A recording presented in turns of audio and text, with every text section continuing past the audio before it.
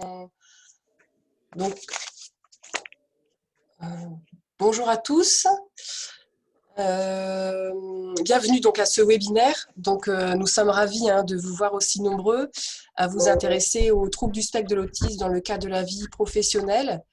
Donc, les spectateurs continuent de se connecter, mais voilà, pour essayer de rester dans les temps, je vous propose tout de suite de commencer. Donc, ce matin, donc, la première partie de ce matin sera ouverte par Madame Patricia Génard de la MDPH de l'Aisne. Puis, nous aurons une intervention de Madame Thibault de la Direct et de Monsieur Guénier de l'ARS. Et enfin, nous aurons une présentation du Centre Source Autisme par Monsieur Klepp et Madame Carpentier. Donc, il y a un chat que vous avez à disposition. N'hésitez pas à réagir, poser vos questions et nous y reviendrons à la fin de chaque intervention. Voilà. Donc, Madame Génard, je vous laisse la parole. Est-ce que Oui, vous avez quelque chose à partager ou pas? non, je vais m'en tenir à une introduction courte pour laisser la place aux échanges, aux questions. Donc, tout d'abord, je voulais saluer l'ensemble des participants dans une configuration très particulière. Donc, c'est assez frustrant parce que on ne vous voit pas tous, mais je pense que cette technologie va quand même néanmoins favoriser les échanges. Donc, moi, je suis Patricia Génard, je suis directrice de l'autonomie et de la MDPH de l'Aisne et je suis ravie de pouvoir introduire cette journée. Alors, pourquoi nous nous sommes impliqués dans l'organisation de cette journée Force est de constater que le taux d'emploi des personnes souffrant d'un trouble du spectre de l'autisme est un des plus bas parmi les personnes en situation de handicap. Ainsi, on a pu relever qu'en 2014, donc on est sur des données un peu anciennes, mais je crains que les choses n'aient pas évolué beaucoup. En 2014, entre 76 et 90% d'entre eux étaient au chômage à l'échelle européenne. Or, ce que l'on constate dans les situations que l'on peut suivre aussi du côté de la MDPH, ce sont souvent des personnes qui sont les plus motivées dans la recherche d'un emploi. On peut donc déplorer que la majorité d'entre eux restent dépendants de leur famille alors qu'ils aspirent à une réelle autonomie. Les travailleurs handicapés adultes sont souvent à temps partiel et accueillis dans le milieu protégé sans prise en compte de leur souhait d'une inclusion dans le milieu ordinaire. Donc, des témoignages, des interventions pourront nous conforter dans cette idée ou pas. Et on sera particulièrement heureux au cours de cette journée de pouvoir recueillir le témoignage de Monsieur Boucher. Je suis également satisfaite de pouvoir introduire cette journée de partage au nom de la MDPH, puisque la MDPH se place ainsi pleinement dans son rôle d'assemblier. Mais cet événement n'aurait pas été possible sans la persévérance de Monsieur Pasquier, qui nous a sollicité il y a un petit peu plus de 2 ans, et l'engagement d'Apradis dans l'organisation auprès de Claire Litière, qui est parmi nous en qualité de chef du service développement et ingénierie de parcours. Ainsi, on a, après plusieurs séances d'organisation autour d'un COPIL que l'on a dénommé COPIL Journée Autisme, on a voulu, avec l'appui précieux du CRA, qui interviendra tout à l'heure, de l'ARS, M. Guénier, de la Direct, je crois que c'est Mme Thibault qui est là, de Cap Emploi, de Pôle Emploi qui interviendront cet après-midi, et rejoint par le GADES, qui représente aussi, par l'intermédiaire de M. Hyacinthe, qui est président du groupement actionné des directeurs des établissements médico-sociaux du département de l'Aisne, le GADES qui représente la volonté des établissements à s'inscrire dans la démarche. Et on a tenu bon pour organiser cet événement relatif à l'autisme et l'emploi dans l'Aisne.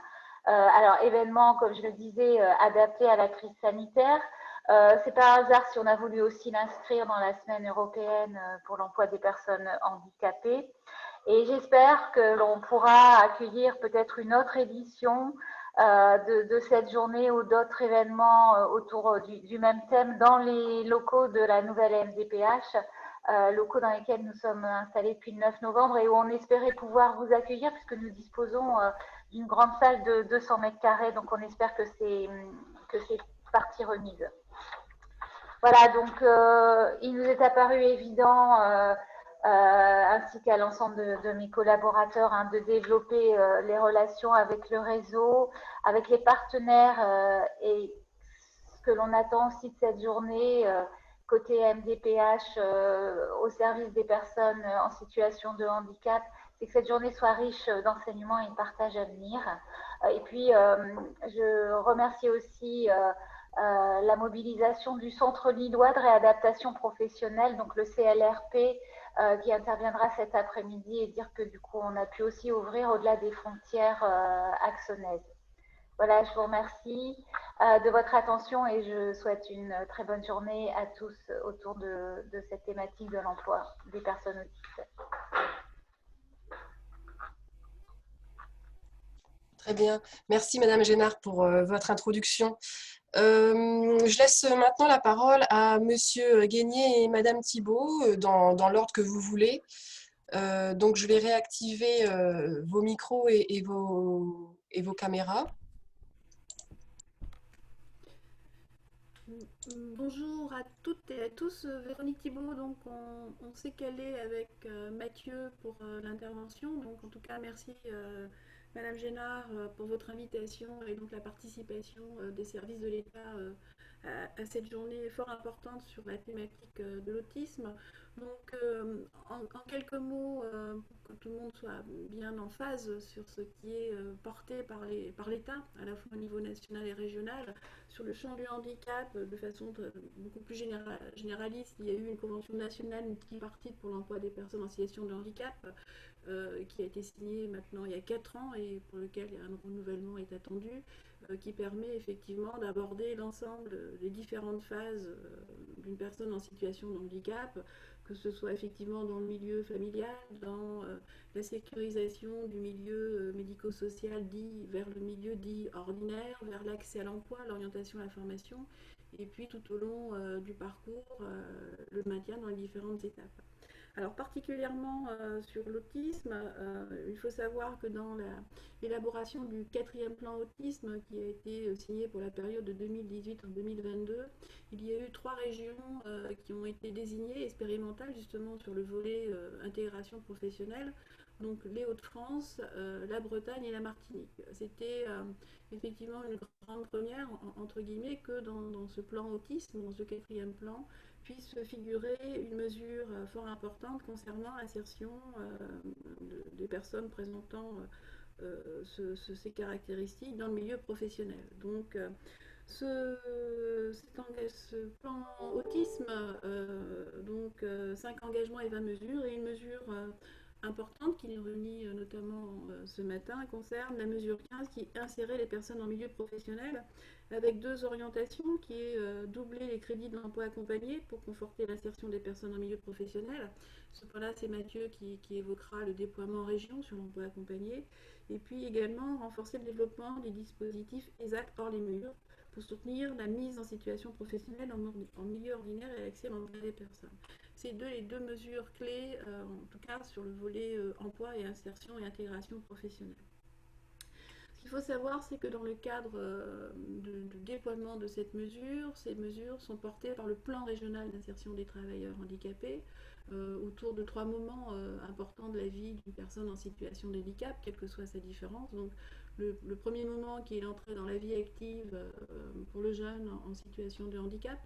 Et c'est dans ce cadre-là que l'ARS mène des travaux à nos côtés concernant cette sécurisation, cette mise en place de passerelles entre le milieu médico-social et le milieu dit ordinaire. On a un deuxième temps qui concerne tout ce qui est orientation, formation, recherche d'emploi. Donc c'est un sujet d'acculturation, de connaissance du handicap, de démystification, de rassurer. Donc dans ce cadre-là, on a pu mener avec M. Basquier, par l'association Agir ABC, cette première opération qu'on a qualifiée les facilitateurs d'insertion, l'objectif étant de dire voilà, sur un territoire donné, chaque acteur à un moment donné va agir et doit interagir pour sécuriser au mieux le parcours de la personne en situation de handicap.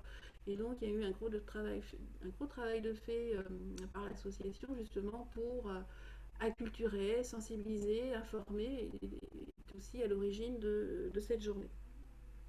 Et puis le troisième moment P, un moment aussi très important, qui est effectivement le maintien dans l'emploi et éviter la désinsertion professionnelle. Et là, on a un travail important avec le pôle travail de la Directe sur une commission maintien qui est commune avec le plan régional santé et travail. Voilà, donc l'État, effectivement, sur le volet spécifique autisme, c'est une grande première, hein, puisque on a l'habitude, on avait comme objectif principal de faciliter, d'acculturer sur le champ du handicap. Et c'est vrai que sur la dimension de l'autisme, ça nous a permis d'approfondir un travail partenarial qui était déjà présent et riche, mais de le consolider sur les différentes étapes du parcours. Voilà. Et un des outils, on a bien vu l'action facilitateur de l'insertion et puis effectivement la mise en œuvre du dispositif accompagné.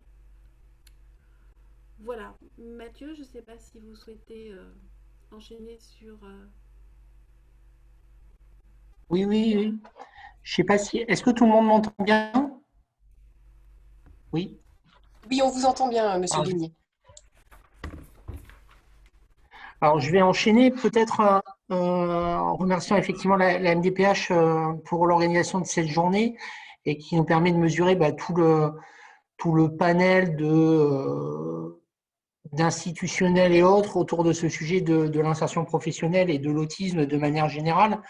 En préambule, peut-être, j'aurais voulu un peu peut-être replacer l'insertion professionnelle des personnes en situation de handicap souffrant de troubles du spectre autistique dans un contexte un peu plus global au bénéfice de ces personnes. J'aurais peut-être évoqué un écosystème un peu global avec plusieurs axes qui permettent de faciliter l'insertion de manière générale, l'insertion dans la cité avec un volet habitat où effectivement il y a tout un travail avec les départements et avec d'autres acteurs qui ne sont pas présents aujourd'hui sur les développements de modes d'habitat inclusif au bénéfice des personnes en situation de handicap, dont les TSA. Un axe vie sociale, familiale et culturelle qui est également facilitant pour l'insertion professionnelle et l'axe emploi qui nous anime tout particulièrement aujourd'hui. Peut-être aussi sortir des choses un peu classiques qu'on peut entendre et puis travailler dans une logique de parcours de vie de la personne, essayer de ne pas séquencer les temps dans la vie de la personne. Dire aussi, mais Madame Thibault en a parlé, que le PRITH s'inscrit dans cette logique de parcours en s'appuyant sur des périodes charnières.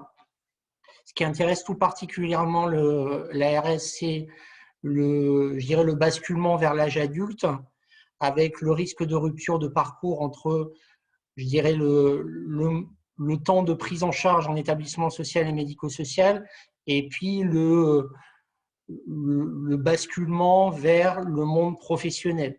D'où l'intérêt de travailler sur l'articulation, cette question de passerelle entre ces deux mondes qui sont pas opposés, qui ne sont pas antinomiques, mais qui doivent être connectés et raccordés.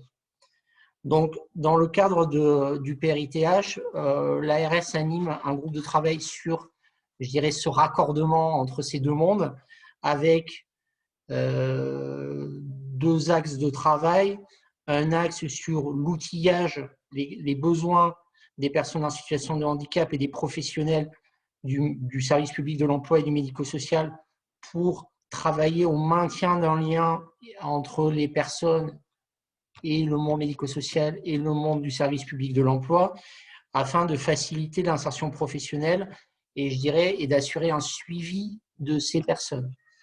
Et un axe que l'on veut beaucoup plus opérationnel, qui serait de suivre des cohortes de jeunes afin, par anticipation de leur sortie du monde médico-social, de les orienter vers un professionnel du service public de l'emploi pour les amener, je dirais, vers et dans l'emploi, selon la terminologie de l'emploi accompagné. Je citerai deux exemples ou deux leviers pour faciliter cette insertion. Alors, les travaux des des CRP CPO autour de la réadaptation professionnelle et la formation accompagnée. Les travaux notamment à l'échelon du département de l'Aisne avec une plateforme d'insertion professionnelle qui va voir le jour, qui sera portée par l'EPNAC, sauf erreur de ma part, qui est en cours. Et puis l'emploi accompagné, donc, qui sera plus évoqué dans le détail cet après-midi, accompagnement vers et dans l'emploi des personnes en situation de handicap, avec une volonté nationale d'augmenter, je dirais, de manière significative le nombre de personnes accompagnées. On a eu un déploiement au niveau régional qui s'est fait en 2 temps, eu égard aussi aux dotations qu'on avait au niveau de l'Agence régionale de santé et de l'AGFIP. Donc, on a déployé fin 2017 l'emploi accompagné dans le Nord et l'Oise, et fin 2019 sur les 3 autres départements, dont l'Aisne, le Pas-de-Calais et la Somme, avec des moyens relativement modestes la première année et des moyens qui ont été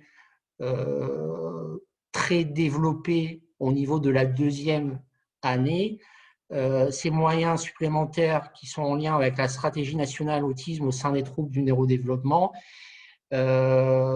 qui nous a fait, je dirais, changer de braquet et puis accompagner beaucoup plus de personnes dans le cadre de l'emploi accompagné, avec une attention toute particulière aux personnes autistes. Toujours dans les bonnes nouvelles sur l'augmentation des moyens, on devrait avoir des moyens supplémentaires en début 2021 dans le cadre de plan de relance en lien avec la crise Covid, relance de l'économie. Donc, encore une évolution des moyens qui sera importante, et également des moyens aussi qu'on devrait avoir pour étendre le recours à l'emploi accompagné directement via le service public de l'emploi. Donc, on est sur une amplification du recours à l'emploi accompagné et une augmentation, je dirais, des médias de prescription d'emploi accompagné.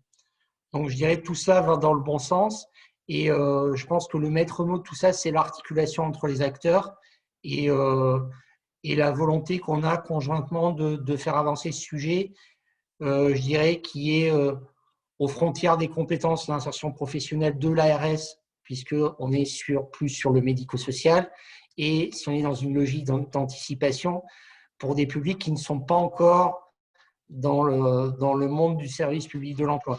Donc, essayons de dépasser ces clivages de frontières au bénéfice des personnes. J'en ai terminé sur cette introduction, et je pense qu'on peut répondre aux questions s'il y en a. Oui, merci Madame Thibault, merci Monsieur Guénier pour vos interventions. Si vous avez, pour l'instant, il n'y a pas de questions qui sont apparues. Si vous avez des questions, n'hésitez pas à les poser, ou on pourra aussi y revenir après l'intervention du Centre Source Autisme. Voilà. Donc, je vous propose de continuer ce webinaire avec l'intervention du Centre de Source Autisme. Donc, Monsieur Klepp et Madame Carpentier qui vont se présenter. Voilà. Je vais aller donner un petit appui technique.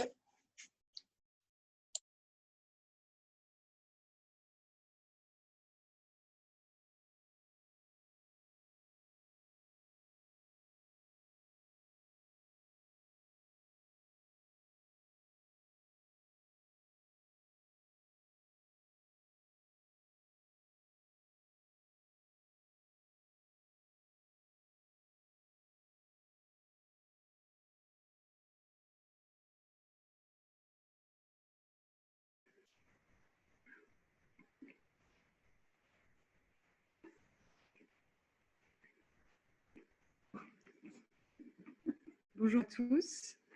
C'est bon, alors j'espère que vous m'entendez bien et que le micro permet une bonne écoute. Donc là, on a eu un petit soutien technique pour que vous puissiez voir aussi la présentation PowerPoint qu'on a pensée pour vous parler un peu des troubles du spectre de l'autisme. Donc moi, je suis Madame Carpentier, je suis psychologue au Centre de ressources autisme d'Amiens. Et puis mon collègue Monsieur Klepp qui interviendra tout à l'heure, qui est éducateur spécialisé au Centre de ressources autisme aussi à Amiens. Et nous sommes aussi sur l'équipe adulte et donc nous nous occupons de la prise en charge au niveau du Centre de ressources autisme pour les personnes adultes avec un trouble du spectre de l'autisme. Donc du coup, on nous a fait une requête pour cette journée-là. On nous a demandé de faire une introduction sur le trouble du spectre de l'autisme. Donc, on va essayer de faire une introduction assez rapide et synthétique, mais tout en vous permettant de mieux vous représenter ce que c'est que le trouble du spectre de l'autisme, quelles conséquences ça va avoir sur le quotidien pour ces personnes-là. Et puis, surtout pour la question de l'insertion professionnelle, le maintien dans l'emploi, et puis même un peu en amont, la question de la formation. Donc, moi, je vais, sur un plan assez théorique, vous parler de l'autisme. Alors, et donc pour vous en parler, on va démarrer par un peu une représentation de ce qu'on est de l'autisme, parce que ce qui est assez difficile quand on doit faire une présentation synthétique, c'est qu'il faut pouvoir parler de tous les autismes qui existent, parce qu'on parle bien d'un trouble, d'un handicap qui est pluriel. Donc là, je vous ai montrer quelques représentations qu'on peut avoir et qu'on peut trouver dans les films ou dans les séries qui nous montrent à quel point voilà, l'autisme peut s'exprimer de façon très différente et très variable et qu'il y a bien des autismes et pas un autisme. Et je rejoins ce qui a été dit tout à l'heure. Il y a voilà, des diversités qui sont assez différentes. Donc, j'ai pris comme exemple, on a la représentation de la personne assez... qui a des compétences intellectuelles un peu hors normes qu'on retrouve dans la série Good Doctor ou Big Bang Theory, avec des personnes qui ont une mémoire extraordinaire, qui sont des brillants scientifiques, qui sont reconnus pour leurs extraordinaires compétences. On a Redman, par exemple, qui dans un autre genre a des compétences extrêmement importantes, mais qui ne lui servent pas finalement dans son quotidien parce qu'il est complètement dépendant de l'aide de l'autre pour pouvoir vivre, s'il n'y a pas d'autonomie qui soit possible. Et puis dans une autre variation, avec un autisme beaucoup plus sévère, on a, là j'ai mis une image du film Hors Norme, qui est un des derniers films qui est sorti et qui parlait justement de l'autisme, où en noir et blanc, on a une image du film L'enfant sauvage de Truffaut, avec ce petit Victor qui est un enfant retrouvé dans les bois et qui présente en fait une clinique du trouble du spectre de l'autisme et qui voilà, sont dans des formes beaucoup plus sévères, avec pas de langage, une déficience intellectuelle qui peut être associée et du coup une clinique encore plus marquée. Ça marche pas comme ça. Et puis aussi, là on en a entendu parler un peu ce matin, il y a plein de mots qui véhiculent la question de l'autisme. On parle d'autisme, on parle de trouble du spectre de l'autisme, on parle de trouble envahissant du développement, on parle de trouble du neurodéveloppement, on parle de syndrome d'Asperger. Donc c'est plein de mots comme ça qu'on entend, avec lesquels on n'a pas forcément de représentation et du coup qui rendent un peu certaines fois confuses les choses et qui font qu'on n'arrive pas toujours à pouvoir correctement se représenter ce que c'est qu'un trouble du spectre de l'autisme. Donc, l'idée, ça va être un peu de faire le point sur ces différents aspects. Alors, si on reprend deux petits points au niveau de l'histoire pour essayer de mettre l'autisme sur la chronologie du temps, la première fois qu'on entend parler de l'autisme, c'est en 1943, c'est avec Léo Kanner. On parle d'ailleurs d'autisme de Kanner, c'est l'une des premières formes qui a été remarquée, avec une tendance à l'isolement et un besoin d'immuabilité, un retard de langage. C'est vraiment la forme la plus sévère de l'autisme qu'on connaît, avec des stéréotypies motrices, des balancements, pas de langage, pas de communication possible, et un enfant vraiment dans voilà, qu'on appelle la bulle en règle générale, dans sa bulle, qui n'entre pas en relation avec l'autre. Et puis un peu plus tard, en 1981, on a Lorna Wing, qui est une psychiatre britannique, qui va remettre au goût du jour les travaux de Hans Asperger, qui datait de 1943 à l'époque, et qui parle une nouvelle forme d'autisme, un autisme sans retard de langage. Et là, on va parler du fameux syndrome d'Asperger. Elle va aussi beaucoup travailler, elle va avoir sa carrière qui va se porter sur l'autisme, et elle va être l'une des premières qui va parler des fameux symptômes de la triade autistique. Donc, les 3 symptômes qui vont être repérés pour pouvoir poser le diagnostic de l'autisme. Et elle va aussi évoquer pour la première fois la dimension du spectre de l'autisme et l'origine neurodéveloppementale.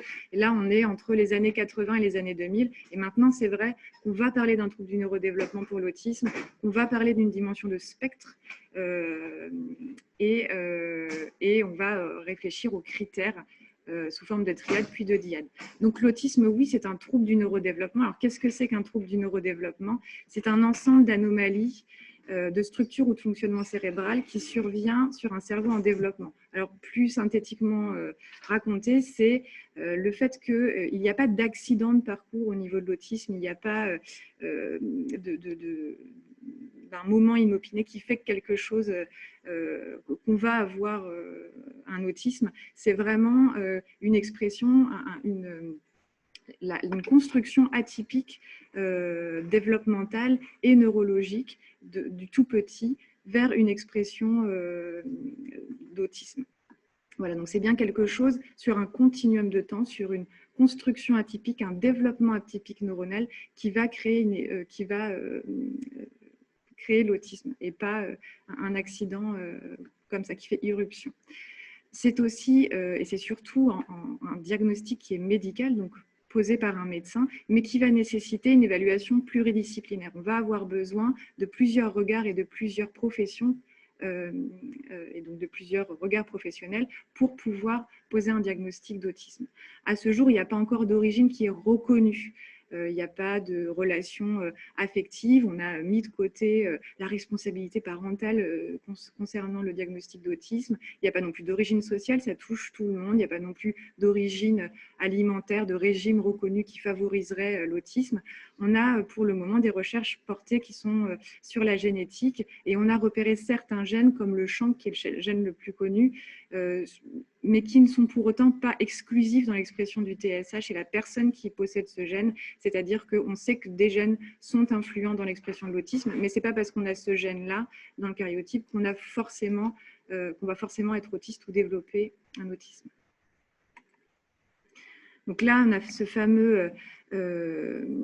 fameuse image de cette linéarité au niveau du trouble du spectre de l'autisme, avec tout au bout de cette flèche, le neurotypique. Donc la personne neurotypique, c'est la personne qui ne présente pas de trouble du spectre de l'autisme. C'est d'ailleurs les autistes qui ont inventé cette terminologie-là pour décrire les personnes qui ne sont pas porteurs du trouble du spectre de l'autisme. Et donc, on va avoir différents degrés de définition de l'autisme. L'autisme léger, qu'on va reconnaître du coup dans la formule et dans l'expression du syndrome d'Asperger, avec pas de retard de langage, pas de déficience intellectuelle, mais des particularités sensorielles, des particularités sur le plan de la relation et des émotions. Mais voilà, une personne qui est capable d'accéder aux apprentissages scolaires, qui est capable d'entrer en formation, qui est capable d'avoir un travail, mais qui va avoir ces atypicités, ces bizarreries, on va dire, sur le plan relationnel, qui vont le mettre en difficulté dans le quotidien. Et puis, de l'autre côté de cette flèche, qui du coup se décale un peu du développement typique, on va avoir l'autisme classique sans déficience intellectuelle. Un DI, c'est déficience intellectuelle, où là, il va y avoir, sans la déficience, pour autant, des difficultés au niveau de la communication, des difficultés au niveau des interactions sociales et des difficultés et des comportements stéréotypés à intérêt restreint. Et puis après, il y a l'autisme encore plus sévère, avec là, pour le coup, associé une déficience intellectuelle. Donc, des retards au niveau des acquisitions du développement. Alors, les signes diagnostiques dans les TSA, maintenant, on parle d'une dyade. C'est-à-dire que la triade, c'était à l'époque de ce qu'on appelait avant les troubles envahissants du développement. Donc, trouble envahissant du développement, trouble du spectre de l'autisme, c'est la même chose, à ceci près que le trouble envahissant du développement est dans la classification internationale des maladies françaises et répond à cette triade autistique, donc les 3 symptômes qui est altération de la communication, altération des relations sociales et comportement stéréotypé à intérêt restreint. Et maintenant, on se réfère au DSM-5, donc à la classification américaine, où il y a maintenant 2 symptômes repérés pour le diagnostic de l'autisme. Le déficit persistant de la communication et des interactions sociales. Donc là, on a bien la fusion des 2 premiers symptômes du trouble envahissant des développements de la CIM-10 et les caractères restreints et répétitifs des comportements, des intérêts et je ne vois pas le bout de ma phrase sur la version qui est face à moi. Enfin, en tout cas, les intérêts restreints et les comportements répétitifs, qui restent le deuxième signe clinique repéré. Souvent, quand on parle de l'autisme, et en particulier chez les personnes voilà, qui entrent au niveau de l'emploi, en tout cas dans le milieu ordinaire, on parle d'un handicap invisible. Donc là, on parle d'autisme léger, avec voilà, cette fameuse métaphore de l'iceberg qui fait qu'une personne qui a eu le même parcours que nous sur le plan de la formation, le même parcours scolaire, qui a eu le même diplôme et qui va avoir un travail qui ne montre pas comme ça de particularité visible. Pour autant, il y a quand même de grandes difficultés et une grande souffrance du coup, parce qu'il va falloir pour cette personne-là qu'elle arrive à compenser toutes les difficultés. Et quand on parle des difficultés, on parle de ce qu'il y a sous l'iceberg, du coup sous l'eau, et qu'on ne voit pas et qui prennent une place beaucoup plus importante. Alors, si on prend la diade autistique, on va avoir ce premier signe clinique qui va être l'altération sur la communication et les interactions sociales. Dedans, il y a plein de signes cliniques qui sont ici là représentés dans ces petites bulles. Donc, on va avoir des difficultés au niveau de la communication, un langage un peu particulier, un regard qui ne va pas forcément se maintenir dans la relation ou on va parler d'un regard fuyant. Donc là, on va faire quelques focus sur certaines de ces petites bulles que vous voyez là. Ah, excusez-moi.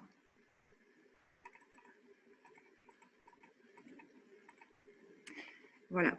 Donc, si on prend les difficultés autour de la communication, donc on a à ce titre-là deux choses différentes. Il y a ce qui touche la communication réceptive, donc on parle de la compréhension, les difficultés pour comprendre, et la communication expressive, c'est les difficultés à dire, à s'exprimer. Donc, au niveau de la communication réceptive, il y a souvent un problème de compréhension orale. On va voir tout à l'heure qu'il y a aussi des difficultés au niveau de l'intégration des stimulations sensorielles. Donc, certaines fois, le fait de parler et de donner que les consignes à l'oral, ça demande à la personne et de se concentrer sur ce que l'interlocuteur lui dit et de se concentrer sur le regard que l'interlocuteur pose sur lui et le fait de devoir regarder l'interlocuteur et de se concentrer aussi sur les stimulations qu'il y a dans l'environnement extérieur. Ce qui fait que du coup, de devoir être attentif à toutes ces informations-là pour savoir quelles informations on doit enlever pour être attentif juste à la consigne orale, ça nécessite un effort cognitif qui est extrêmement important, ce qui fait que souvent, l'information qui vient de la consigne orale, elle se perd parmi tout un tas de choses qu'il est obligé de traiter, que la personne est obligée de traiter. Et ce qui fait qu'en général, on préfère quand même avoir accès à des consignes écrites, ce qui évite le fait de perdre des informations dans ces fameuses consignes orales. Les consignes complexes aussi, celles qui souvent sont à plusieurs étapes, sont difficiles à retenir puisqu'il y a plusieurs informations à retenir. Et il y a vraiment une difficulté à avoir une attention maintenue qui leur permette de retenir toutes les informations. La compréhension littérale des expressions imagées, c'est vraiment cette difficulté à pouvoir se représenter des choses qui n'existent pas, des choses qui ne sont pas connues et des choses qui n'ont pas été expérimentées. Ce sont des personnes qui, depuis tout petit, ont une difficulté à l'accès à l'imaginaire. Ce qui fait que du coup, se représenter quelque chose par l'imagination, c'est quelque chose de beaucoup plus compliqué. Donc, il pleut des cordes, ça leur fait croire qu'il pleut vraiment des cordes. Et du coup, il peut y avoir beaucoup de quiproquos et d'incompréhension.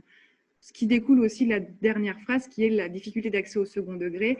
Si je n'ai pas un imaginaire assez construit pour pouvoir m'imaginer des choses qui n'existent pas, eh ben, je ne comprends pas non plus, parce que j'ai une compréhension trop littérale des choses, ben, je ne comprends pas le second degré, donc je ne comprends pas le ton ironique, je ne comprends pas les blagues, et j'ai l'impression qu'on se moque toujours de moi, parce que je n'ai pas saisi que là, c'était de l'ironie et que c'était pour me taquiner qu'on a fait une blague, par exemple. Et puis, au niveau de la compréhension expressive, il y a souvent une absence de communication non verbale. Vous avez vu, on ne le voit pas bien, mais j'utilise beaucoup mes mains pour parler et on ne se rend pas compte, mais nous-mêmes, en tout cas les personnes qui n'ont pas de trouble du spectre de l'autisme, se posent beaucoup aussi sur les aspects non verbaux de la communication chez l'autre pour comprendre plein de choses. Et la personne qui a un trouble de l'autisme, qui a un trouble du spectre de l'autisme, ne va pas saisir ces informations-là, donc va perdre certaines des informations qu'il faut comprendre et qui nous permettent notamment d'interpréter quand c'est ironique, quand c'est une blague, voilà, ou notamment les aspects émotionnels dans la communication. Il y a aussi, je vais aller un peu plus vite, le fait qu'il y ait un ton de voix monocorde, un phrasé trop rapide. C'est vraiment des particularités au niveau de ce qu'on appelle la prosodie, donc une voix assez particulière qui va être assez caractéristique chez les personnes qui ont un trouble du spectre de l'autisme. Et puis, il y a aussi cette histoire de difficulté de regarder l'autre. Ces réactions émotionnelles qui sont certaines fois peu adaptées par rapport au contexte et les difficultés qu'ils ont à comprendre les codes sociaux. Ça, si on faisait un petit focus sur les émotions, les personnes qui n'ont pas de trouble du spectre de l'autisme vont assez instinctivement savoir regarder les bons indices sur le visage pour pouvoir reconnaître une émotion. Ici, la joie, on va regarder les yeux et la bouche. Donc, on va toujours faire ce focus sur ce triangle-là sur le visage pour pouvoir reconnaître les émotions. Pour cette image-là, par exemple, on va regarder les sourcils qui se froncent, l'écarquillement des yeux. On va peut-être même regarder le fait que le nez, les narines sont dilatées pour pouvoir reconnaître la peur. Là où les personnes TSA vont davantage regarder la bouche et puis vont aller ailleurs sur les boucles d'oreilles, la longueur des cheveux, d'autres indices qui du coup ne vont pas du tout se poser sur le visage entier pour pouvoir connaître correctement l'émotion sur le visage. Ce qui fait que là, je vous ai montré deux parties du visage qui vont être potentiellement regardées par des personnes avec un trouble du spectre de l'autisme pour pouvoir reconnaître l'émotion. C'est beaucoup plus difficile de reconnaître une émotion correctement quand on regarde des parties qui ne sont pas les parties les plus pertinentes pour pouvoir saisir correctement. Ici, c'est un autre exemple en jaune, vous avez le balayage visuel d'une personne qui n'a pas de trouble du spectre de l'autisme pour repérer ce qui se passe entre les trois personnages de cette scène-là, au niveau des regards, des intentions, donc des émotions, des attributions, voilà, de la relation qui se passe entre ces trois personnages-là. Et puis en rouge, vous avez le balayage visuel d'une personne avec un trouble du spectre de l'autisme, où là, il a concrètement regardé la bouche qui doit bouger, parce que peut-être que la personne parle, et puis les mains, et puis là, voilà, le collier de la dame qui doit briller, les boucles d'oreilles. Donc on voit bien que le balayage n'est pas du tout opérant pour pouvoir comprendre ce qui se passe entre les personnages sur cette scène. Et puis aussi, pour la difficulté des compréhensions sociales, on va parler de la théorie de l'esprit et du défaut de théorie de l'esprit que les personnes avec un trouble du spectre de l'autisme vont avoir. La théorie de l'esprit, c'est la capacité à comprendre que les états mentaux des autres peuvent être différents des nôtres. C'est-à-dire qu'en fonction de ce que moi, je connais de la situation, je ne vais pas forcément réagir de la même façon. C'est un peu ce qu'on appelle certaines fois de l'empathie ou la capacité à se décaler par rapport à l'autre et du coup de pouvoir s'ajuster sur le plan émotionnel et sur le plan relationnel. Donc elle sert à prédire les comportements des autres. Pour faire une illustration de ce que c'est que la théorie de l'esprit, on utilise souvent ce test de Sally et Anne où il s'agit de Sally qui va mettre une balle dans un panier, qui s'en va. Et puis, pendant que Sally est partie, Anne va changer la place de balle, elle va enlever la balle du panier et la mettre dans une boîte. Elle s'en va, puis Sally revient. La question qu'on va poser à la personne, c'est où Sally ira-t-elle chercher sa balle? Une personne qui n'a pas de trouble du spectre de l'autisme et qui n'a pas de défaut de théorie de l'esprit dira que la balle est dans le panier, puisqu'elle prendra en considération le fait que Sally ne sait pas que la balle a changé de position. Une personne qui a un défaut de théorie de l'esprit, qu'on retrouve du coup chez les personnes qui portent un trouble du spectre de l'autisme, dira que la balle est dans la boîte, puisqu'elle n'arrivera pas à inférer une autre connaissance, une autre forme de savoir chez Sally, puisqu'il ne prendra pas en compte qu'elle est partie et que du coup, elle ne sait pas que la balle a été changée de place. Qu'est-ce que ça a comme conséquence au quotidien? Eh bien, ça fait que les personnes, au niveau des émotions, ont des difficultés à nuancer leurs réactions émotionnelles, des difficultés à lire les messages sociaux, une interprétation qui est trop littérale et qui, du coup, ne leur permet pas de bien comprendre ce qui se passe souvent dans les relations aux autres. Ils sont souvent trop honnêtes, ils disent trop facilement les choses. Et puis, ils ont des difficultés à gérer les conflits puisqu'ils ne savent pas se décaler. Ils sont vraiment en difficulté pour pouvoir se décaler et s'ajuster par rapport à l'autre. Et puis, au niveau des intérêts restreints et des comportements stéréotypés, on a d'autres signes cliniques qui apparaissent. Et donc, si on fait un petit focus également, on va parler un peu des stéréotypies motrices verbales, des manipulations détournées d'objets, des centres d'intérêt restreints. Alors, les centres d'intérêt restreints, c'est cette façon un peu passionnante qu'ils ont sur un sujet en particulier. Et ce sujet-là, ils le connaissent par cœur et sur le bout des doigts. Et ils ont bien des difficultés à se décaler de ce sujet-là parce que c'est le seul sujet de conversation qu'ils peuvent avoir et ils n'ont d'intérêt que de parler de ce sujet-là. Et ce n'est pas forcément d'ailleurs dans un intérêt de pouvoir transmettre quelque chose à l'autre, c'est parce qu'ils aiment en parler. Et c'est vraiment, ça prend toute la place et ça s'inscrit dans le temps et ça reste présent. Les stéréotypies motrices verbales et les manipulations un peu détournées, c'est une façon assez atypique, répétitive de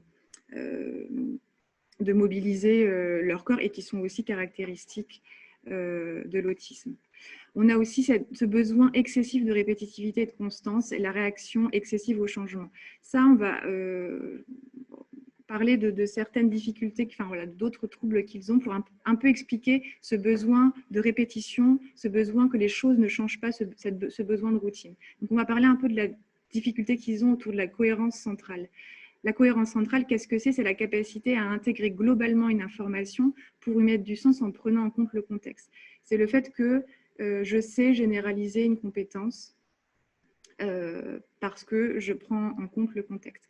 C'est aussi en lien avec le fait qu'ils sont très sensibles aux détails, ils sont experts du détail, mais ils n'arrivent pas à se représenter globalement les choses.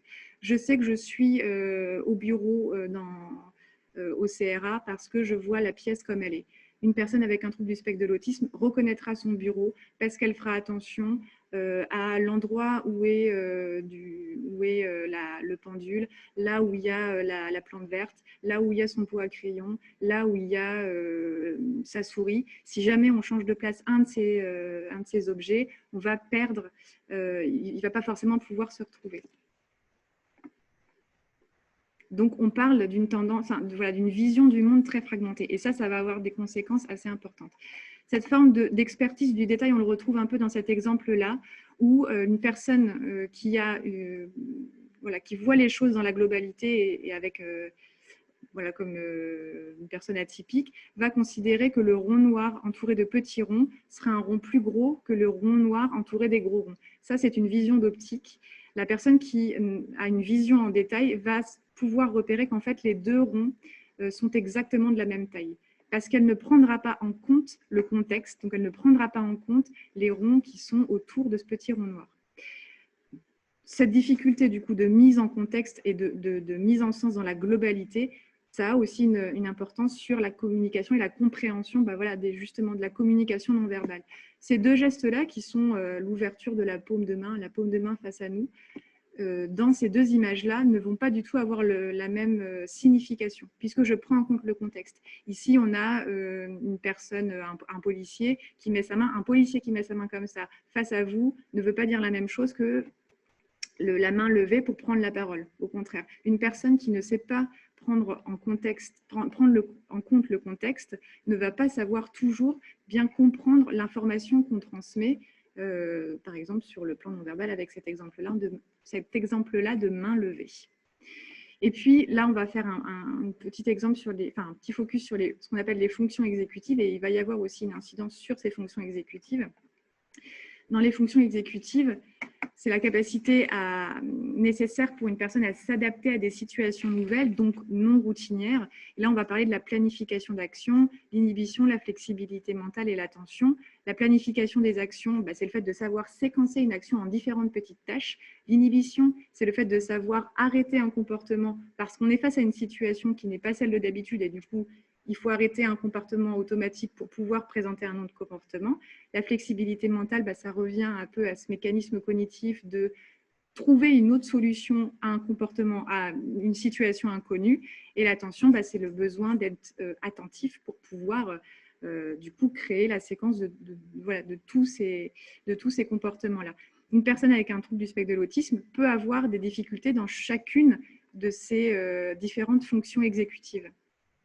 Ce que ça va avoir comme conséquence, c'est que ça va créer une forme de rigidité importante et un besoin vraiment important de répétition, de constance. On parle d'un défaut d'immuabilité. Ils sont vraiment, quand bien même ils sont extrêmement intelligents, ils sont vraiment en difficulté quand ils se retrouvent dans une situation inattendue, qui n'est pas prévue, qui n'est pas anticipée. Et c'est pour ça aussi qu'ils sont dans des quotidiens extrêmement routiniers et que ça les sécurise et ça les rassure. Voilà, même s'il y a en effet niveau d'intelligence exceptionnel. Ça n'empêche que voilà, ce besoin de répétition, ce besoin de constance est extrêmement important et extrêmement important à maintenir aussi pour eux dans leur quotidien. Et puis là, on va parler du dernier point, c'est l'aspect assez sensoriel. On va, voilà, le Meltzer, qui est un autre psychiatre, parlait d'un bombardement de sensations, c'est-à-dire qu'ils sont, ce que je disais un peu tout à l'heure, bombardés de sensations, voilà, de sensations de tout genre, sur le plan olfactif, sensoriel, les bruits, la lumière, le son. Et ils vont être en difficulté pour filtrer toutes ces informations, pour se rendre complètement disponibles à ce qui se passe, à la tâche qu'ils doivent faire. Il y a aussi le fait qu'une sensation peut primer sur les autres, c'est-à-dire que si la lumière est trop forte, ils ne pourront pas être attentifs à autre chose, ils ne pourront pas traiter autre chose que voilà, cette difficulté avec la lumière, par exemple. Du coup, on va parler de profils hypersensibles ou hyposensibles. Et quand on est hypersensible, c'est qu'on est très sensible à une sensation, ou hyposensible, c'est qu'on est peu sensible à une sensation. Donc, quand on est hypersensible, on a besoin de se retirer d'une sensation qui est trop forte. Et quand on est hyposensible, on a besoin de se stimuler pour retrouver une sensation qui nous permet un apaisement. Donc, souvent, ces personnes-là ont besoin d'avoir, voilà, enfin, ils peuvent présenter des irritabilités sensorielles, des difficultés à ressentir ou localiser la douleur. Et ils ont besoin d'aménager sensoriellement l'espace. C'est très important pour eux parce que si c'est bien aménagé, ils ont une meilleure disponibilité pour ce qu'ils ont à faire. Et ils ont aussi besoin d'anticiper les besoins. C'est-à-dire que quand ils ont besoin d'aller rechercher une sensation, il leur faut aussi trouver des moments où des fois ils se mettent un peu à l'écart pour venir justement aller rechercher les sensations dont ils ont besoin pour pouvoir être disponibles à nouveau à leur tâche.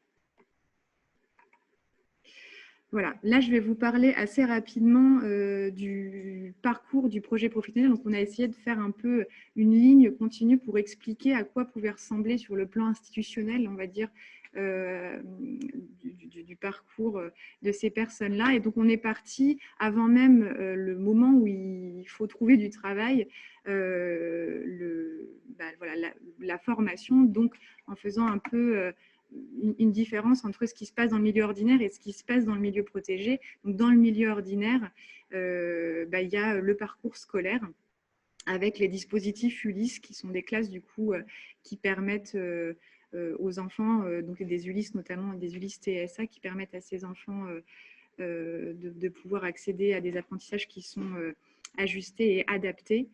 Et puis dans le milieu protégé, donc des structures médico-sociales comme les IME, EME ou IEM et IM Pro, avec la différence que l'IM Pro, ça a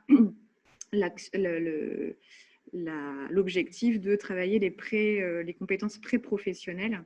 Et puis on a mis dans la flèche le CESAD qui est la prise en charge médico-sociale qui peut intervenir, qui dépend comme l'IME d'une notification EDPH et qui peut intervenir dans les lieux de l'enfant, dans les lieux de vie de l'enfant, pardon, et donc notamment à l'école, ce qui est tout l'intérêt du coup de l'accompagnement pluriprofessionnel.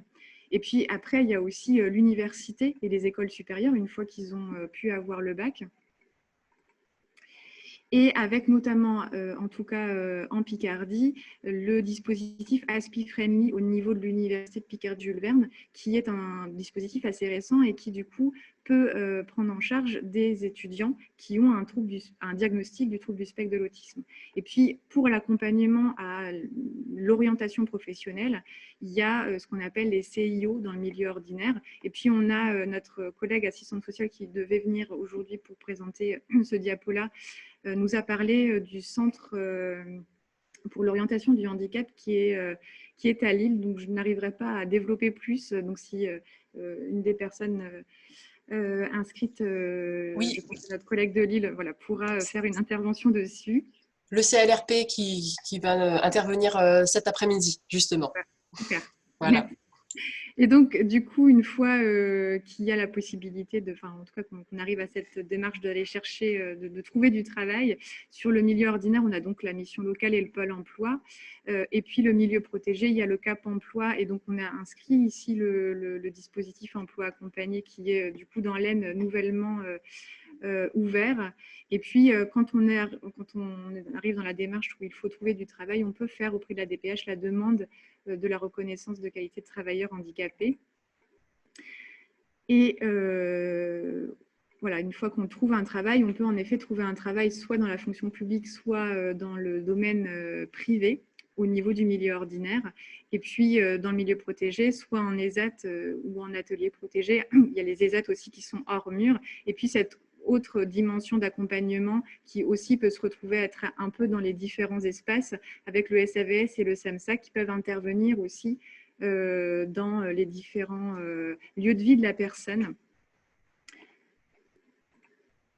Et on a ajouté également le fait que les financeurs se différencient en fonction de l'endroit où la personne a trouvé du travail, donc en fonction de la fonction publique ou de l'entreprise privée, qui permettent notamment de pouvoir créer ces aménagements avec les entreprises pour que la personne puisse avoir un lieu de travail et des missions qui soient complètement ajustées par rapport à ses compétences, certes, mais aussi par rapport à ses particularités au niveau du trouble du spectre de l'autisme. Voilà, je vais laisser la parole à mon collègue pour vous parler de l'insertion professionnelle un peu plus dans le détail. Merci Madame Carpentier. Nous laissons la parole à Monsieur Klepp, qui est chargé d'insertion professionnelle au CRA de Picardie. Bonjour Sylvain. Bonjour à tous et merci pour cette journée avec déjà des informations très intéressantes. Donc, nous allons aborder tout de suite et de manière assez synthétique, hein, puisque le temps malheureusement nous est compté, donc, mais il y aura des questions et j'aimerais expliquer un petit peu l'articulation de cette présentation. Elle va se faire autour de présentations que je peux proposer dans des ESAT, au Cap Emploi, mission locale, pour faire interagir les personnes sur quelques vignettes cliniques. Et donc, je vais évoquer pas mal de situations. Enfin, je vais illustrer beaucoup par des vignettes imagées, mais je vais vous raconter à chaque fois à quoi elles sont liées, soit de la part des personnes autistes, soit de l'employeur lui-même. Alors, ah oui, donc là on en est là. Donc déjà parler un petit peu de la... Attendez, excusez-moi parce qu'il y a peut-être une vignette. Il me manque une vignette, mais c'est pas grave. Ah ben voilà, j'ai retrouvé la vignette.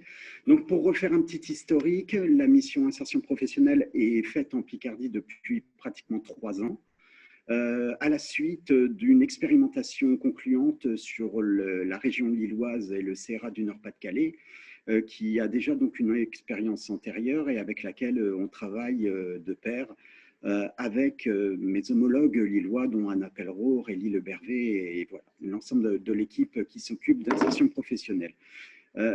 Il s'agit, pourquoi on a proposé finalement un autre CRA de travailler en Picardie? Bon, il s'agissait de rapprocher au plus près des bassins d'emploi et au plus près des structures existantes, que ce soit les missions locales, Cap Emploi, et essayer de travailler en lien avec ces structures, puisque mon temps est réparti sur un temps de 30%. Alors donc la mission, elle s'organise bien sûr en interaction et en articulation, on va dire, avec le CRA du Nord-Pas-de-Calais, mais elle se décline aussi au niveau national avec le groupe national des CRA, dans lesquels on peut parler des leviers et des freins locaux. On peut également proposer des questionnaires ou par exemple la montée en puissance pour le KitCom, qui est un mode de présentation sur l'autisme. Commençons un petit peu à rentrer dans déjà ce qui peut poser problème pour les personnes autistes. J'ai eu un adulte, hein, Jérémy, qui était quelqu'un qui était assez performant d'après ses parents et visiblement dans son action sur le plan informatique. Et donc, il avait vu une annonce voilà, d'informaticien, on demandait des compétences importantes. Pour travailler sur peut-être, s'il y a des informaticiens, ils connaîtront bien sûr le Celeron, qui était un module pour accélérer un petit peu les interfaces de nos ordinateurs. Mais voilà, c'était l'annonce. Jérémy s'est présenté, et en fait, il a été assez démuni, m'a-t-il dit, puisque en fait, lui, ce qui l'intéressait, c'est de travailler sur le Celeron, uniquement sur le Celeron, parce que c'était son domaine de compétence, et il n'a pas compris quel type d'emploi on aurait pu lui demander. Donc, c'est vrai qu'au vu de la proposition faite, on aurait peut-être aimé avoir une présentation plus concise, une présentation plus claire, des compétences qui auraient été plus évidentes, comme par exemple programmeur, avec une expérience en architecture d'interface ordinateur, créer une architecture qui demande forcément un autre savoir-faire en matière d'ordinateur. On aurait pu exactement demander quelles expériences auraient été souhaitées pour cet emploi, et demander quel diplôme on attendait, puisque en informatique, il y a des niveaux différents. Donc voilà, ce sont des choses en tout cas un peu anciennes, mais on peut souhaiter aussi que dans les annonces, les choses soient un peu plus explicites afin que les personnes autistes se préparent mieux et se présentent avec des outils supplémentaires de réflexion. Or, évidemment, suit après une annonce recrutement un entretien classique d'embauche, et évidemment, là, la vignette peut illustrer le quiproquo qu'a décrit ma collègue précédemment, de qu'est-ce qui vous amène. Et bien sûr, la personne peut cocher tous les moyens qui l'ont amené à cet entretien, et on comprend bien qu'il va y avoir un quiproquo manifeste.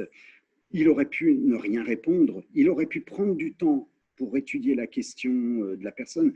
Voilà, l'image qui illustre est un peu réductrice. Tous les autistes sont différents, donc tous les autistes ne répondraient pas forcément à cette question la même chose, mais où certains pourraient dire « Eh bien, ce qui m'amène, c'est l'annonce du 3 février 2020 dans le manuel des Échos, alinéa 3, page 5, à côté de la publicité rouge, et dans laquelle vous mettiez que vous vouliez me voir. » Bon, voilà, on pourrait avoir vraiment des réponses assez différentes, mais en tout cas, sur des questions un peu généralistes, on peut avoir des problèmes. Comme les questions, hein, qu'est-ce qui vous intéresse, c'est quoi votre motivation, que voulez-vous faire dans la vie? C'est ce que Jérémy disait, ben, moi c'est Céléron, ben là c'est ce travail.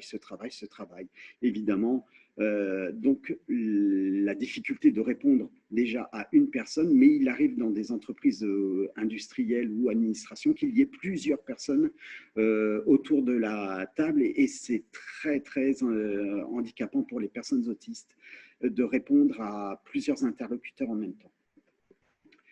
Évidemment, les habitudes de langage que l'on peut avoir en matière d'autisme on parle beaucoup en images, hein, donc par exemple, on vous tient au courant. Je voyais encore un adulte la semaine dernière qui m'a dit ben, « j'ai jamais rappelé quand on m'a dit de me tenir au courant. J'ai jamais imaginé qu'au courant, il fallait que je le rappelle. On m'aurait dit de rappeler, on m'aurait donné une date pour rappeler, une deadline, ça aurait été mieux. » Donc ça, c'est vraiment des éléments de langage. C'est-à-dire qu'il ne faut pas les effacer, hein. On n'est pas là, mais il faut les expliquer. Hein. Il faut être très attentif, il faut vérifier auprès de la personne autiste si elle n'a pas compris, de vérifier qu'elle ait bien compris le message. Puisque, évidemment, ils savent évidemment répondre oui à la plupart des questions qu'on pose, mais quand on rentre dans le détail, il peut y avoir beaucoup d'achoppements sur le plan du langage. Les questions ouvertes, hein, pour prolonger un petit peu, que pensez-vous de vos qualités professionnelles? Donc là, ça demande une évaluation interne un peu de ses capacités. Alors on sait que nous, personnes non porteurs de TSA, on peut essayer de mettre en valeur certaines compétences au détriment peut-être de certaines qui sont encore à travailler, mais voilà, d'aménager. L'autiste va y aller directement. Il va vraiment expliquer qu'il sait faire que ça, et que ça, et que ça, et qu'il ne s'intéresse pas au reste, et qu'il est très mauvais dans le reste. Donc, c'est un achoppement assez important. Donc, il vaut mieux, quelque part, demander les qualifications et savoir quelles tâches étaient assurées précédemment dans un poste ou à la maison, savoir quel logiciel il aurait travaillé, ou s'il était parti intéressé par les chaudières, par la robinetterie, demander mais est-ce que vous avez déjà utilisé, réparé votre chaudière, est-ce que vous savez les process, voilà. Donc hein, vraiment c'est s'intéresser sur comment articule la personne autiste son intérêt pour le poste.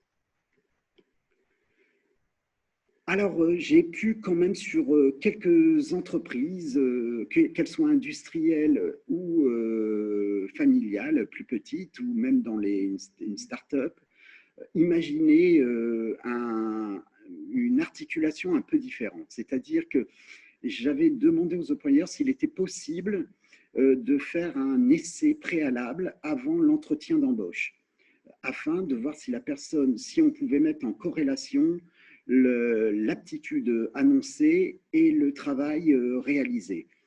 Et donc, savoir si à l'issue, on pouvait même acter que la personne pouvait prendre cet emploi. Donc, alors, ça n'a pas toujours été le fait, hein, mais en tout cas, dans les 3 situations où j'ai pu le faire, ça a donné vraiment une réflexion très intéressante, en fait, hein, puisque là, les autistes on les mettait sur, par exemple, une ligne de montage et on a pu voir qu'il n'avait pas de problème pour utiliser la machine, qu'il en comprenait l'utilisation sans même avoir expliqué et qu'il savait couper des gabarits, ce qui a permis aux professionnels qui accompagnent cet atelier de dire à son patron, pour moi, il est opérationnel, il travaille dans un bon rythme, je pense qu'on peut le prendre.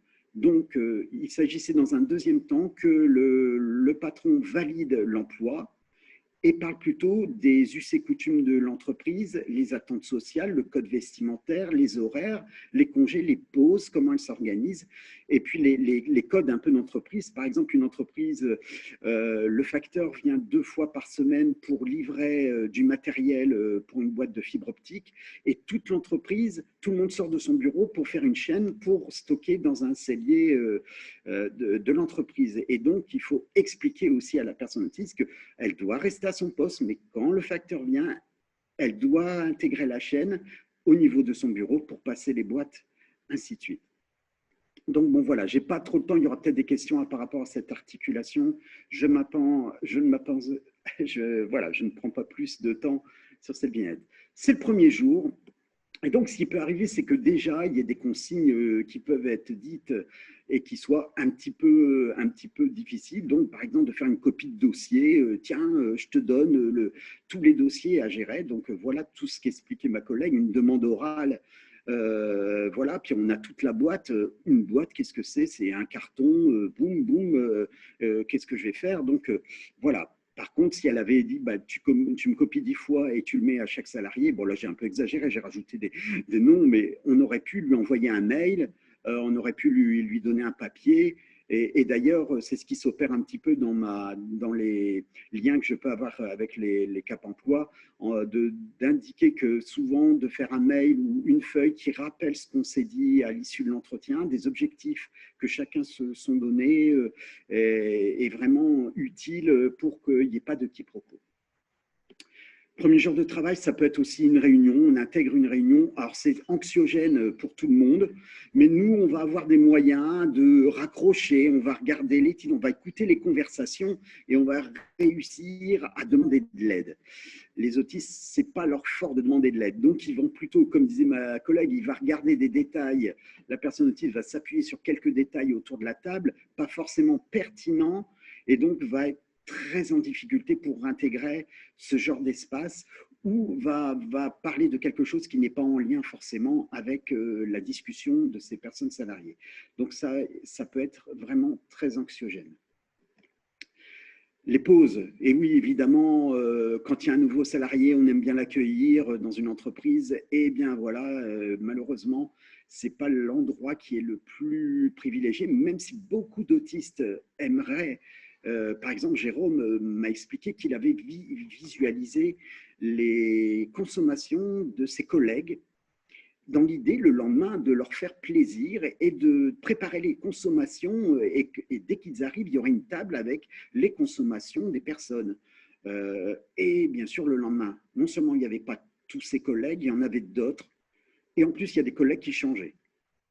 Et donc, il a été extrêmement déprimé, puisqu'en plus, c'est un peu rigolé, hein, on s'est un peu moqué de lui. Mais lui, ça faisait des années, hein, depuis l'enfance, qu'on se moquait de lui. Donc, évidemment, là, il n'a plus été jamais à la pause café. Donc, on voit que vraiment, leurs efforts sont parfois mal compris et c'est très embêtant. Jean-François, lui, il travaille dans un bureau où il y a plein de personnes. C'est un open space. et ça le rince littéralement. Et heureusement qu'avec le confinement, il est en télétravail parce qu'il travaille mieux en télétravail, mais il ne supporte pas la voix de son collègue qui parle fort, il ne supporte pas les irruptions derrière lui, les gens qui passent, les gens qui téléphonent. On imagine bien déjà quand deux personnes téléphonent dans un bureau restreint, comment c'est compliqué, il faut se mettre d'accord, mais lui ne peut pas. Et donc, quand il n'en peut plus, hein, quand au niveau sensoriel, il est complètement chargé, ben, il s'isole aux toilettes et ça peut durer un certain temps. Il peut crier dans les toilettes, il peut frapper les murs pour décharger la tension. Donc, il ne faut pas ignorer, alors qu'il a un niveau dans une université. Vincent est quelqu'un de très carré. Quand on lui explique, et on avait expliqué à l'employeur qu'il faut expliquer sa journée, il faut l'organiser, parce qu'il aime bien planifier. Lui, c'est vraiment quand on planifie, et donc il est dans le milieu industriel, il faut charger des camions. Et donc les camions, c'est 9 heures, généralement 8 heures, 12 heures, 13 heures, 17 heures. Mais voilà, il y a un jour, il y a un camion qui vient de Pologne, il arrive à 12h30. Et donc le patron dit, bah, Vincent, tu peux charger le camion, là, il a eu du retard, voilà. Mais il n'avait pas eu de mail, il n'était pas au courant, lui il était en train de manger, il a dit, bah, il va attendre, je mange, c'est ma pause.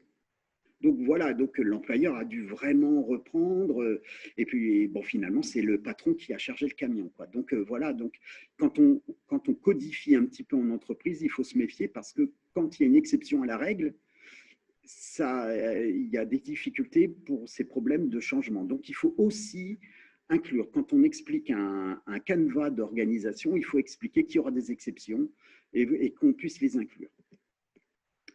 Régis, il est professeur de français, il est en collège et un jour, il y avait une alerte au feu, ça sentait un peu la fumée, mais comme il n'avait pas reçu la sonnerie sonnée, il pensait que c'était un exercice, mais comme il n'avait pas eu de message du proviseur, il a gardé ses élèves en interrogation alors que tout le monde était dehors, que les pompiers sont arrivés.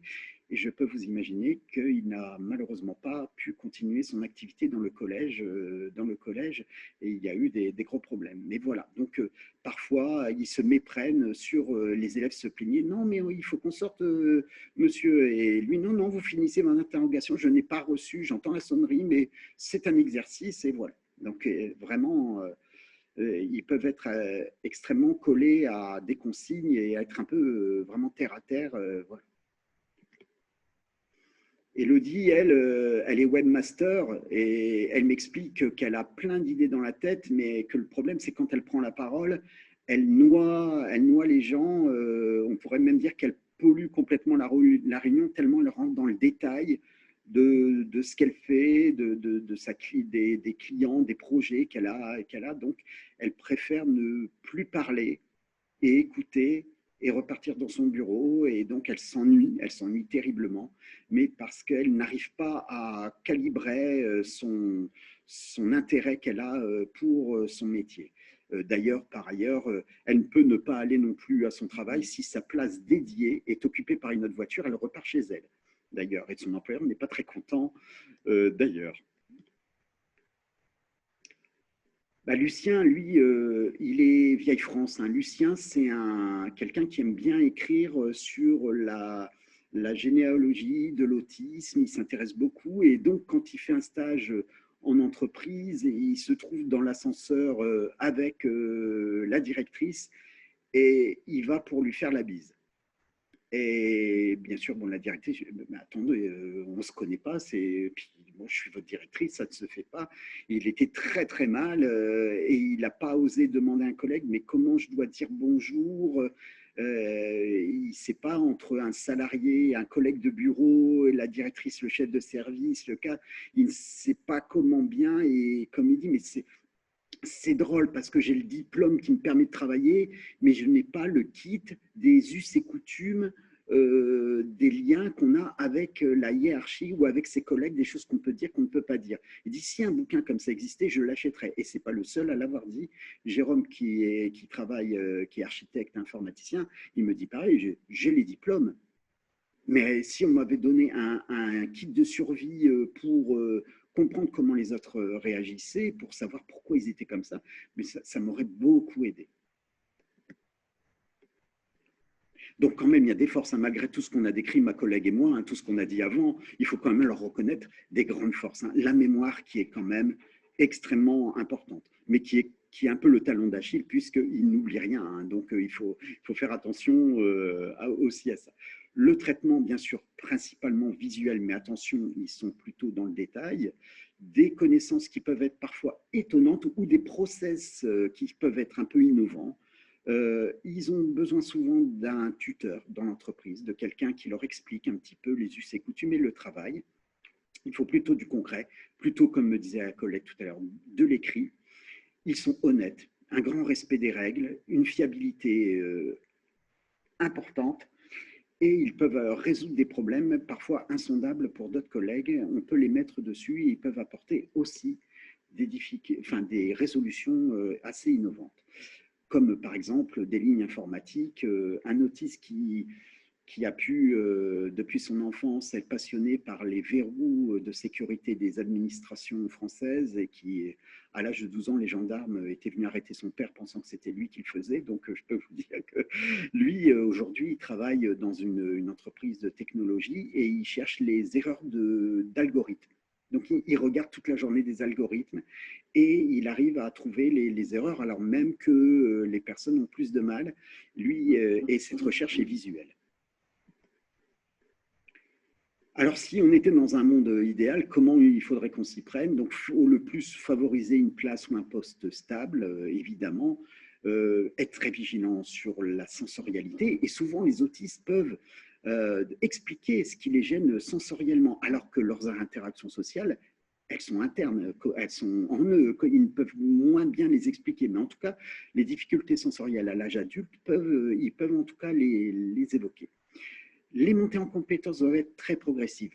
On peut avoir, par exemple, un Geoffrey, il triait, il vérifiait les câbles de fibre optique pour vérifier qu'il n'y avait pas de lésions sur les câbles.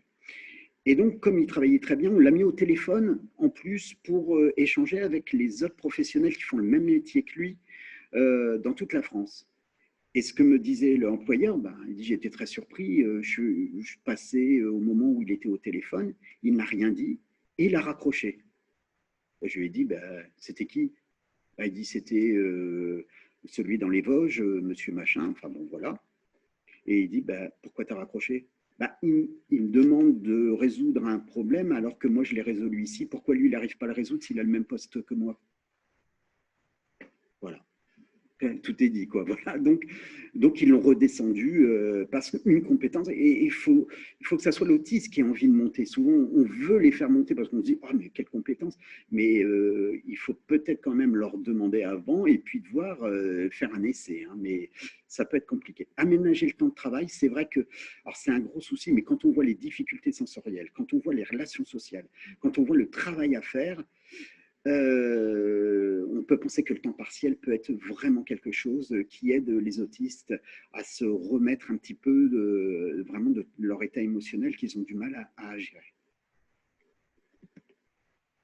Quelques données, j'ai vu que la MDPH avait une donnée européenne, donc là je vais être un petit peu en local et je vais mettre un peu un petit peu en perspective deux données qui viennent surtout des instituts de travail,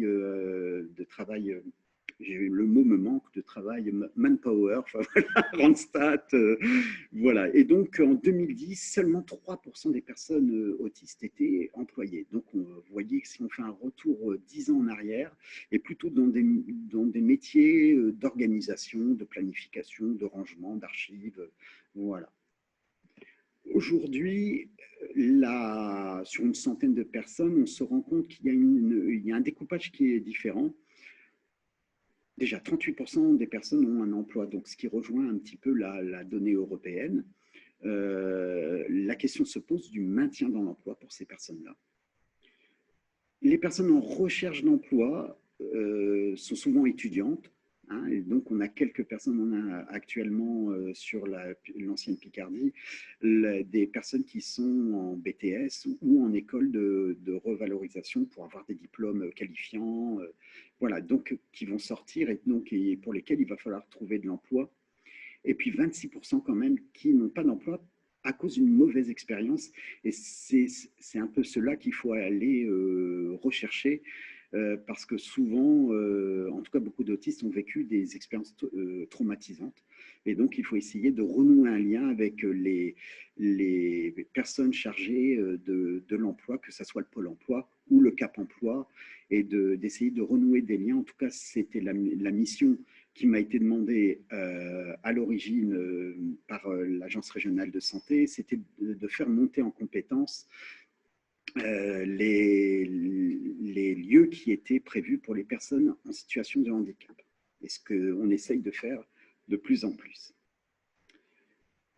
Bon, une expérience, en tout cas, un employeur m'a donné un petit peu une phrase que j'avais joint à un rapport précédent. En tout cas, c'est un des employeurs avec lequel on a pu faire l'exercice d'abord en entreprise, une après-midi sur la chaîne de montage, et après, on fait l'entretien des congés, des pauses et du code vestimentaire, et cette personne est toujours employée. D'ailleurs, et il y a une deuxième personne autiste qui a été embauchée derrière. Et là, je n'ai pas eu besoin d'intervenir, j'ai été informé simplement et ça se passe très bien. Un peu de bibliographie quand même pour finir. Donc, moi, j'aime beaucoup le livre de Jacques Constant qui parle de l'autisme et qui peut évidemment permettre de comprendre et reprendre les choses qui ont été dites précédemment par ma collègue et moi-même, mais plus en détail. Donc, Le voyager en pays autiste.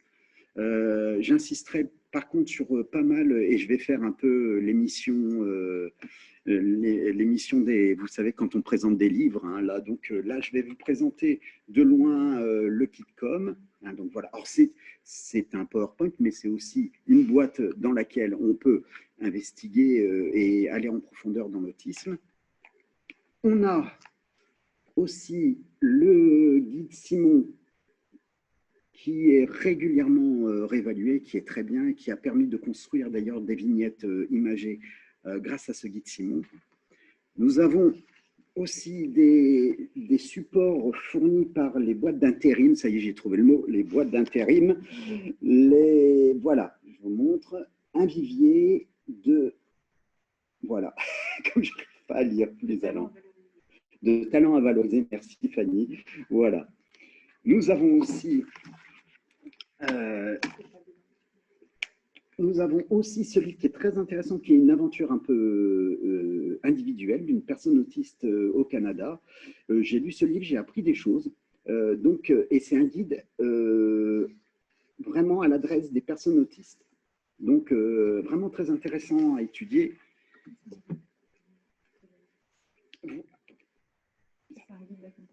Voilà, là, il y a des documents hein, quand même que l'ARS nous fournit, je rapproche hein, de la NES, même, vous voyez, et donc qui aident aussi à réfléchir à l'âge adulte en insertion professionnelle. Donc, ce sont des documents, on va dire, plus officiels, mais qui sont aussi constitutifs du PowerPoint qui a été montré. Voilà, c'est tout pour la revue bibliographique. Je redonne la main à Fleur Sagnier, si elle en est d'accord, pour répondre à des questions. On est prêts, ma collègue et moi, à alterner derrière l'ordinateur. Je vous remercie. Merci Sylvain, merci Fanny pour vos présentations de qualité. Donc oui, il y a différentes, enfin, il y a surtout une question pratique et une question plus sur le sujet. La question pratique, est-ce que votre PowerPoint pourra être diffusé? Oui. Donc, je vous propose de le récupérer et de le retransférer avec d'autres documents présentés cet après-midi dans un mail global à tous les participants et à ceux qui n'ont pas pu participer aussi. Donc, juste pour vous préciser aussi, il y aura un replay disponible hein, notamment sur la chaîne YouTube Handipact Hauts-de-France. De la même façon, hein, le lien sera inscrit dans le mail. Pour répondre à la question qui vient d'être posée, oui, ce sera le même lien Zoom pour cet après-midi. Et donc, pour revenir sur une question posée par Drina, bonjour. En situation de handicap moi-même, je connais que trop bien ces difficultés. Je suis non-voyante et privilégiée car j'ai la chance de travailler dans le milieu ordinaire et à plein temps. Je suis ce webinaire car je suis une licence emploi et handicap. Ma question se dirige surtout sur les perspectives d'évolution professionnelle une fois en poste. Accession à des postes clés, voire à responsabilité. Parce que souvent, une personne en situation de handicap sont confinées à leur mission. Voilà, donc, est-ce que vous avez des éléments de réponse ou pas, des témoignages, des exemples à apporter à cette question? Une première réflexion, c'est que chaque histoire est personnelle et individuelle. Évidemment, cette dame a un projet professionnel de montée en compétences. Comme je le disais tout à l'heure, si montée en compétences il y a en matière d'autisme, il faut que ça soit un projet animé par la personne autiste et ne pas penser à sa place cette montée en compétences. Donc cette dame, à mon avis, si elle pense avoir les compétences, je lui dirais, mais allez-y, hein, allez-y, il faut pas se freiner, hein, bien au contraire, parce que c'est aussi une chance hein, d'avoir une personne qui peut avoir un handicap. C'est une chance aussi pour toute l'entreprise. Parce que ce n'est pas parce qu'on a un handicap de cécité qu'on n'est pas compétent et qu'on ne peut pas faire son travail correctement. Donc c'est vrai que ça, c'est plutôt une question personnelle à poursuivre. Disons qu'on sent bien, et je pense qu'on en a une petite représentation maintenant au niveau du CRA, c'est qu'il doit y avoir en effet une sensibilisation et une information à mener, mais au début et aussi dans le maintien à l'emploi pour la personne qui est en situation de handicap au travail auprès de l'entreprise. C'est-à-dire qu'on sent que l'entreprise elle a besoin de mieux connaître et mieux se représenter le handicap de la personne pour pouvoir accompagner cette personne dans son projet professionnel. Et après, c'est vrai que les différents dispositifs qui existent, par exemple le DEA ou le Cap Emploi, qui sont ces instances qui peuvent être l'interlocuteur. Et ça, je trouve ça très positif, un interlocuteur un peu tiers qui pourra faire ce travail de communication entre la personne en situation de handicap et l'entreprise pour pouvoir penser le projet professionnel le plus ajusté possible et justement penser les évolutions au niveau de la carrière et de la montée en compétences. Oui, merci pour cette réponse. J'espère que ça répond bien à vos interrogations. Pour compléter aussi l'intervention de Fanny et Sylvain, je vous ai mis dans le chat deux liens qui renvoient vers qu'est-ce que le TSA, aide-mémoire pour les employeurs, et embaucher une personne avec TSA, un plus pour votre entreprise. Donc, vous pouvez d'ores et déjà accéder à ces liens via le chat, ou sinon, je les remettrai dans le compte-rendu de cette journée. Est-ce que vous vouliez ajouter quelque chose, Sylvain, Fanny, ou bien les intervenants de ce matin? Il nous reste 3 minutes. Nous avons... Déjà, ma collègue Anna Pellereau du Nord m'a annoncé que le chargé de mission insertion professionnelle a été reconduit pour 3 ans. Donc, ça veut dire que le travail initial est fait avec, bien sûr, les Cap Emploi sur l'ancienne Picardie continuera. Et j'espère que les liens seront encore plus nourris dans l'année qui vient. En tout cas, qu'on va monter en compétences. Voilà. En tout cas, c'est une très bonne nouvelle. Donc, s'il n'y a pas d'autres questions, je vous propose de nous retrouver à 14 h au même endroit, avec le même lien de connexion. Donc, à 14 h, on aura une table ronde virtuelle avec la présentation du dispositif de l'emploi accompagné porté par l'APEI des Deux-Vallées dans l'Aisne, une présentation par le service public de l'emploi, donc par Pôle emploi et Cap emploi, une présentation des dispositifs relatifs à l'autisme du Centre lillois de réadaptation professionnelle, donc le CLRP, basé à Lille, et enfin un témoignage. de Monsieur Boucher, qui sera lu par Aude Forsard de la MDPH de l'Aisne. Voilà, donc il me reste à vous souhaiter un bon appétit et de vous retrouver à 14 h. Voilà, à tout à l'heure.